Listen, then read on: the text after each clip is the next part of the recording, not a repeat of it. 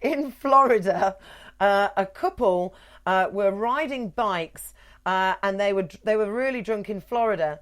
And a police officer pulled them over and noticed that they stunk of beer. They had bloodshot eyes. So they arrested the couple and put them in the back seat of the police car. And when he went outside to find out what was happening with the bikes, he turned around and the couple was starting to take off their clothes and have sex in the back of the car. Now, when the police officer tried to separate them, the male managed to flee the car, running off with handcuffs and hiding behind a nearby ice cream parlour. He was charged with the offence of theft because he still had the handcuffs on him and exposure. Would you try that? Would you try that? If that opportunity, if that was you and a partner or you and a guy, if you had that one opportunity to go, fuck it, let's do it, would you do it? Yeah, and I'd film it for OnlyFans. Brilliant. So it's a risk worth taking. So because we've just been discussing about people coming into the industry, if anybody is watching this that's maybe a fan of yours or thinking about or has already thought about getting into the industry, what advice would you give them to possibly follow on in your footsteps? Stand your ground. Always do what you want to do. Always be in charge. Yeah. Have fun and just be yourself and just, be real about it. Don't work for shitty companies which are taking the piss or not paying enough. Fuck that. You're worth more than that.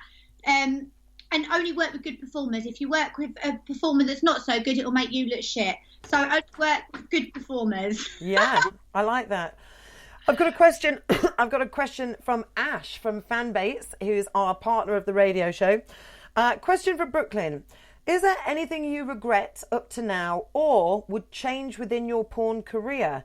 If so, what and why? Ashley from Fanbaits. Do you know what? It's a good one. I think the only thing, and I've always said this, the only thing I do regret is not doing it earlier. Okay.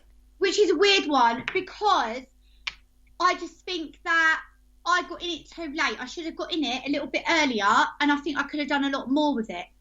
Yeah. That's always the only thing I've ever thought, really. Anything else, I've always sort of said, I'm not shooting anal, won't do that. I've got to keep something for my private life. Haven't shot that still. So I've kind of stuck to what I've done. But yeah, I think that's the only thing that I didn't get into it earlier. I wish I'd done it before. Before I got into this, I worked I got sacked from every job I ever did pretty much. But I did try many jobs. What sort of jobs was it so how many jobs did you go through before? Well, let's start that. What made you go work in the industry? What was that deciding factor for you? So the reason I actually got into the industry was because I was in a relationship and the guy cheated on me 5 times. So I thought, right, what's the best way to get someone back who's cheated on you 5 times? I know, do it way better. So we broke up, and then the next thing I know, like literally within like a couple of days later, I'd booked myself a porn scene, did a foursome scene with 2 guys and another girl, and then I sent it to him. And I was wow. I can do it much better than you, and I got paid for it. There you go. And that was it. That was meant to be. It was meant to be a one-off. And the next thing I know, I was shooting that famous brother scene that everyone knows, which is the Call on Me one. I shot that 2 weeks later. That's it, really. Now, our debate question is about would you date a sex worker? Let me get the debate question up and see where we are with the results on that so far. There we go. So would you date a sex worker with 269 votes so far? We got 75% say yes, it's job's a job, 17 say maybe, and 8% say definitely not. For those people who's voted definitely not, what would you say to them? I would say it's the 21st century, get over yourself. So those who have said maybe, what would you say to them?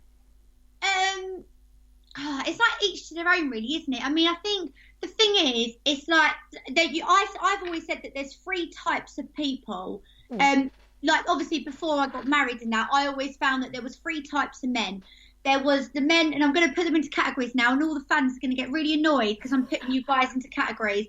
But from when I used to date, obviously like before, I used to find that there was men that always were like, oh, I'd love to date a porn star, you know, I'd love it, this, that and the other. 3 weeks later, they can't handle it and they're jealous and they hate it and they can't deal with it. Then you've got the guys that couldn't handle it, full stop.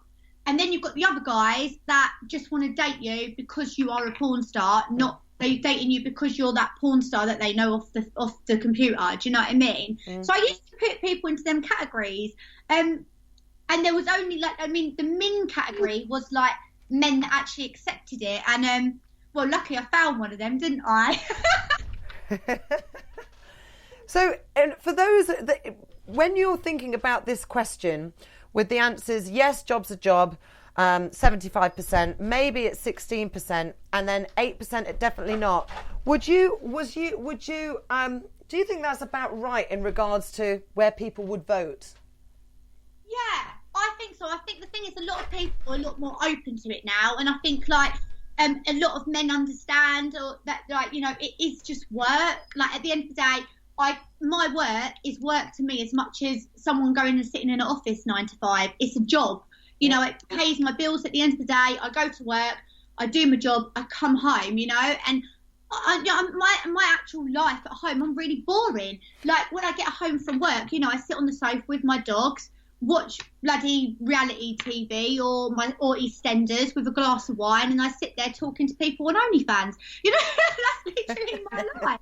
And yeah, it is just a job, and I think I don't see why people wouldn't date someone in this industry, because at the end of the day, we're the most loyal people as well, because, you know, for what we do for a living, we see everything, you know, we see all sides of everything. We're the least likely people to go off and, you know, do something or be disloyal. And I think anyone that doesn't want to date someone in our industry, I mean, each to their own. Obviously, some people can't handle the jealousy or whatever, but, you know, it is just a job. At the end of the day, it's as much a job to me as it is someone, I don't know, working at, I don't know, the BP garage. Do you know what I mean? Do you know what, Brooklyn, that was beautifully put. I really, really like that. That was fantastic. It really was.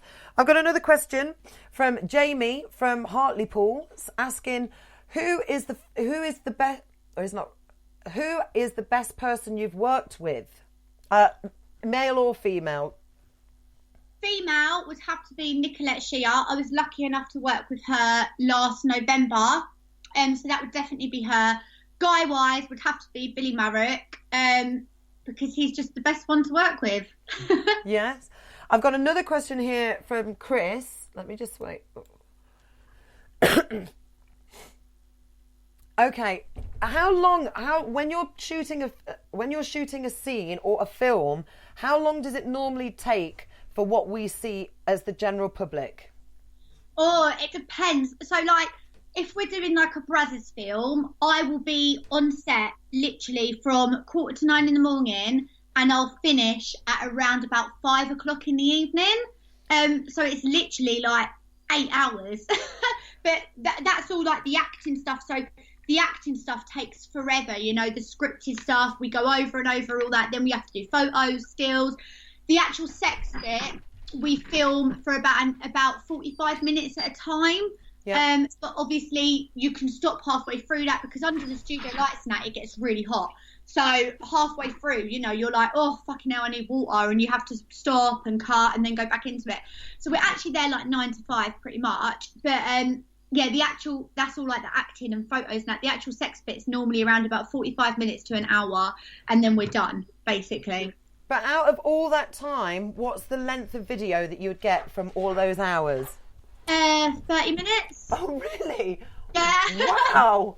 Like a 30-minute scene, roughly. Maybe about 35, 40 minutes with the acting. But yeah, the sex bit's normally about 20 to 30 minutes. But yeah, the actual scene's normally around about 30, 35 minutes. Wow.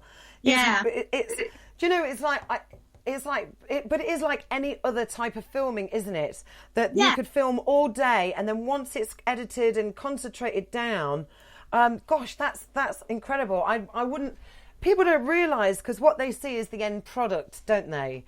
They don't know the hard work and everything that goes behind the scenes. Exactly. Yeah, and there's so much that goes behind it, because like obviously even like the acting bit, and everyone fast forwards the acting bit, which really annoys me, because we spent hours perfecting this acting, you know, and everyone fast forwards that bit because they think it's boring.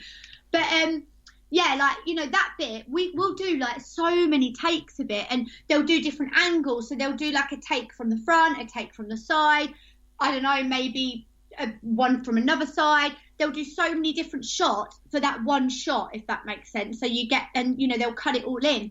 But yeah, it is literally like, we'll say the same line and do the same bit. I mean, we could do it 8 times before they stop. Yeah. So bend over. I've got to refer to Ben again. He let us know, and the listeners know, that it's not always come that you see it as the happy ending at the end. Now, if that's true, what is the substance that can be used to make it look like it?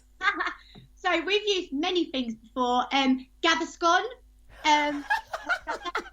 where somebody's literally been behind the performer with, you know, the squirty Gaviscon tubes, and they've been squirting it like that, literally. What else? Lube. We've used lube, like watered down. Hand soap, watered down. Yeah, I've used a few things. I mean, I had to do a scene before where it was like come in mouth kind of thing, and we literally had to, the guy couldn't come on the day, so we literally had to do like the lube and the hand soap sort of mixed together, and I had to put it in my mouth, and it was absolutely disgusting. You know, like, oh yeah. I'm like I'm not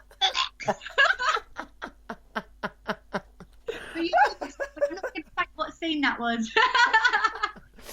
So I'm going to ask you. I've got the word of the week this week that I would love for you to have a guess at, and I'll spell it to you after. But it's pronounced saspitality, and it's spelt SASS and PITALITY. Saspitality. What do you reckon that means? God, I have no idea. Honestly, I don't have a clue. I can't even say that word. You're asking a blonde girl here. I don't know. Maybe, is it something to do with sex? Could be. I can't give it away. Yeah, that's for what? Saspitality. Saspitality. Yeah. Only thing that I could think, it'd be like someone that's sassy with, like, I don't know, maybe sassy. yeah. Okay. Well, we'll reveal the results at the end of the show, so you're going to have to listen to see whether or not you got that. But I'm going to play. Now, this is, I don't know whether you get to hear this. Let me just try, because I think we had an issue with this last time. Let me see if you can hear. Okay. Can you hear this? Can you hear that? No. Hang on a minute. Let me get this. Do you ever feel like a plastic bag drifting through the wind, wanting to start again? Do you hear that? No. I can't get it to go through then, I'm afraid. Okay, so the choices for the firework song tonight for the People's Choice is Firework. And of course, we've got the original that is Katy Perry. But there is also an acoustic version. We've got a jazz version, or we've got a rock version of it. Now, at the moment, let me just get that one up. Katy Perry is smashing it at 67% from the votes. But whatever vote you have, we're going to give it 10% on top of that. So if you want to help the other three, you can. You've got Katy Perry's, you've got an acoustic version, which is nice. You've got a jazz version, which is quite cool. And then you've got a rock version of Katy Perry's Firework. Which one would you vote for? Oh, but do you know what? I'm going to go for something totally random, and everyone's going to be like, why the fuck has Brooklyn voted that? You've ruined my music for the night. But I am going to say jazz version.